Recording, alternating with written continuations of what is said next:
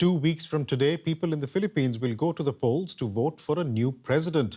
Some observers are calling it one of the most important elections in the country's history. A number of candidates are standing, but only 2 appear to have any chance of winning. The favorite is Ferdinand Marcos Jr. He's the son of the former dictator who was ousted in 1986 after being accused of repression and stealing billions of dollars from the state. Latest surveys show Marcos Jr. on 56% of the vote. His closest rival, Leni Robredo, is on 24%. Analysts say the campaigns are being driven more by personality rather than ideology. But Robredo says she sees it as her task to save democracy in the Philippines.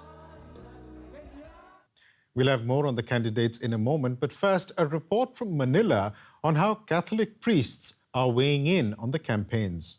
Good afternoon. This man in pink is actually a priest, but he's not on these streets to evangelize.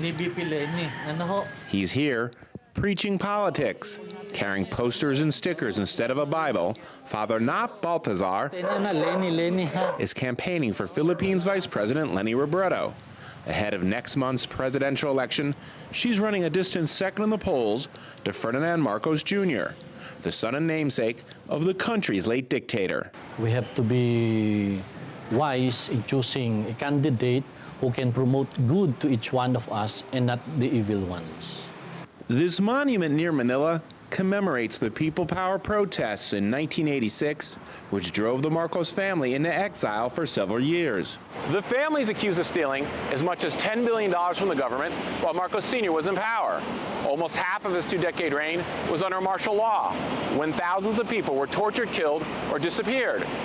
Marcos Jr. refuses to address the atrocities and dismisses questions about his own conviction for income tax evasion, as well as the almost $4 billion in estate taxes that his family has long owed the government. Baltazar belongs to a group of more than 1,200 priests, nuns, and missionaries who have abandoned neutrality in this race to support Robredo. During a recent Sunday Mass in his church, Baltazar referred to an aggressive social media campaign by supporters of Marcos Jr. He accuses them of trying to rewrite history.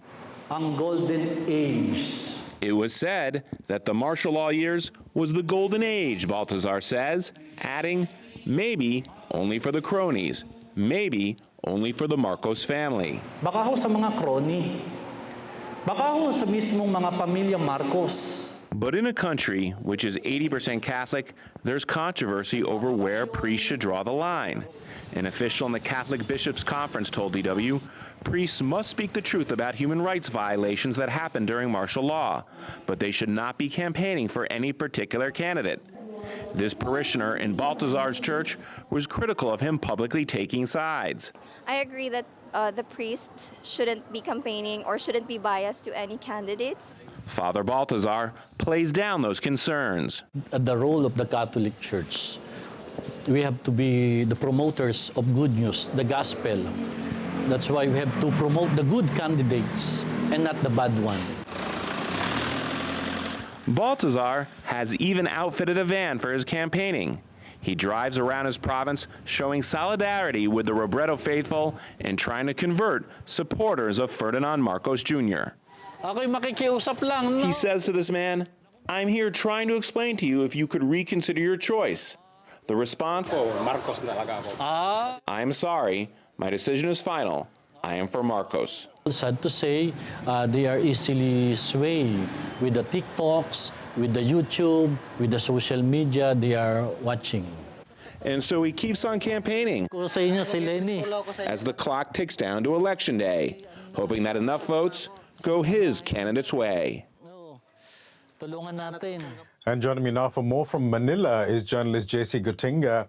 JC, Ferdinand Marcos Jr. is currently leading in opinion polls despite his family's legacy and a conviction for income tax evasion. How and what is his offer to Filipinos? Well, Ferdinand Marcos Jr., we called him Bongbong. First up, he's teamed up with the daughter of the current president, Rodrigo Duterte. Her name is Sara Duterte, and they are running in tandem. So the voter base of the Dutertes and of the Marcoses have kind of joined together. And that is the premise of their pitch to the country, to voters, which is unity. They call themselves the Unit Team. And in their sorties and all of their campaign materials, they have been just promoting this idea of unity. Unity about what and unity of whom, they don't exactly explain, but they're drawing from this vague idea of the country's politics being so fraught with conflict and opposing views, the atmosphere being so toxic. So now Marcos is promising we're going to get rid of all that. We are going to establish unity in the country, and with unity, we are going to rise up again. So he gives these vague promises of rising back from whatever crisis the Philippines is in.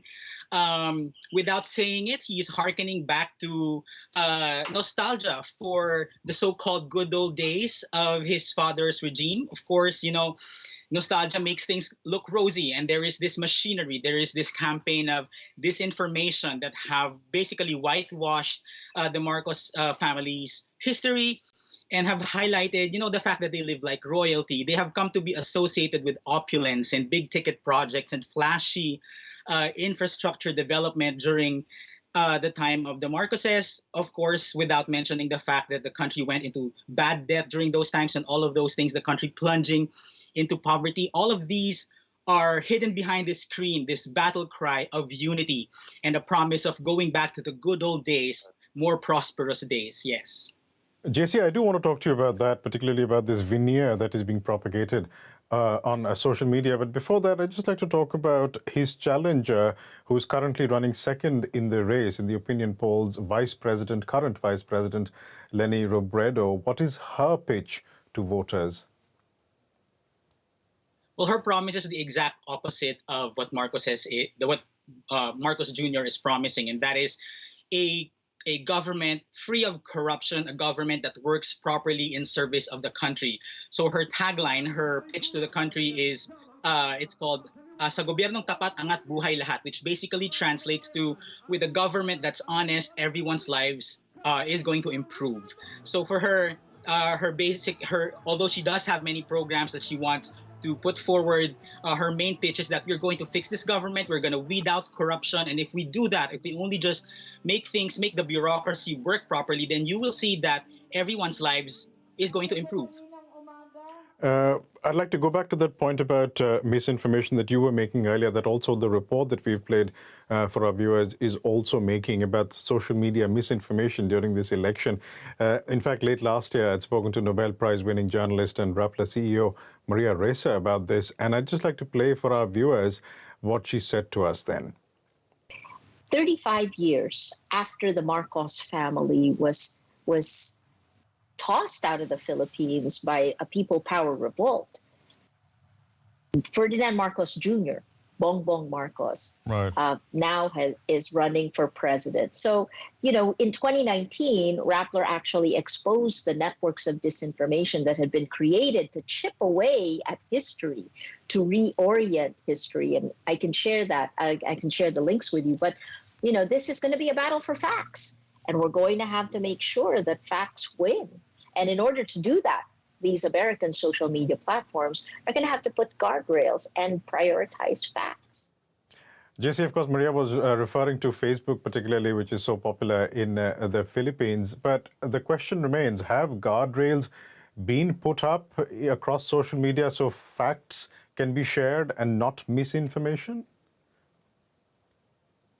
Well, the short answer is no. More no than yes. There have been some efforts to combat misinformation on social media, particularly Facebook. Facebook has employed or has collaborated with journalists to on fact check initiatives. So there are journalists who fact check disinformation on the internet and counter them with facts. However, the broader reality is there still are no rules or laws regulating the posting of disinformation on the internet besides what's inherent in Facebook, the mechanism to report messages or posts that violate community standards. But beyond that, there isn't anything. Even the Philippines has not made any effort to come up with a law to regulate social media in general. There are laws governing political advertising on all media platforms except social media because the technology is so new and even the government is having a hard Right. time keeping up with it. It just not been the priority. So yes, any efforts to that is a drop in the bucket, honestly. I mean, Maria was also talking drop about the this, ocean. and you were talking to us about this a little while earlier as well. Particularly when it comes to the Marcos campaign, there is this whole veneer, this disinformation of the glory days, if you like, of the dictatorship. What is driving this? I mean, is this from the Marcos campaign, or is it just ordinary voters who believe what they believe? That is the big question, isn't it? So let's start with in January, Twitter took down some 300 accounts on their platform that were spreading, promoting disinformation favorable to Marcos Jr. So whether those were fueled, bankrolled by the Marcoses, it's for anyone to guess. But we do know that efforts like these require a lot of money. There have been, as Maria said, there have been discovered troll armies. It's called marketed disinformation, an organized way of spreading fake news, basically favorable to the Marcoses. But there has been, the public has picked up on this. The average Filipino, many ordinary Filipinos have taken to this messaging and are themselves spreading these bits of disinformation like wildfire on social media. 2 weeks to go until the election. On election day, I'm sure we'll be speaking again. Journalist JC Kotinga in Manila, thanks so much.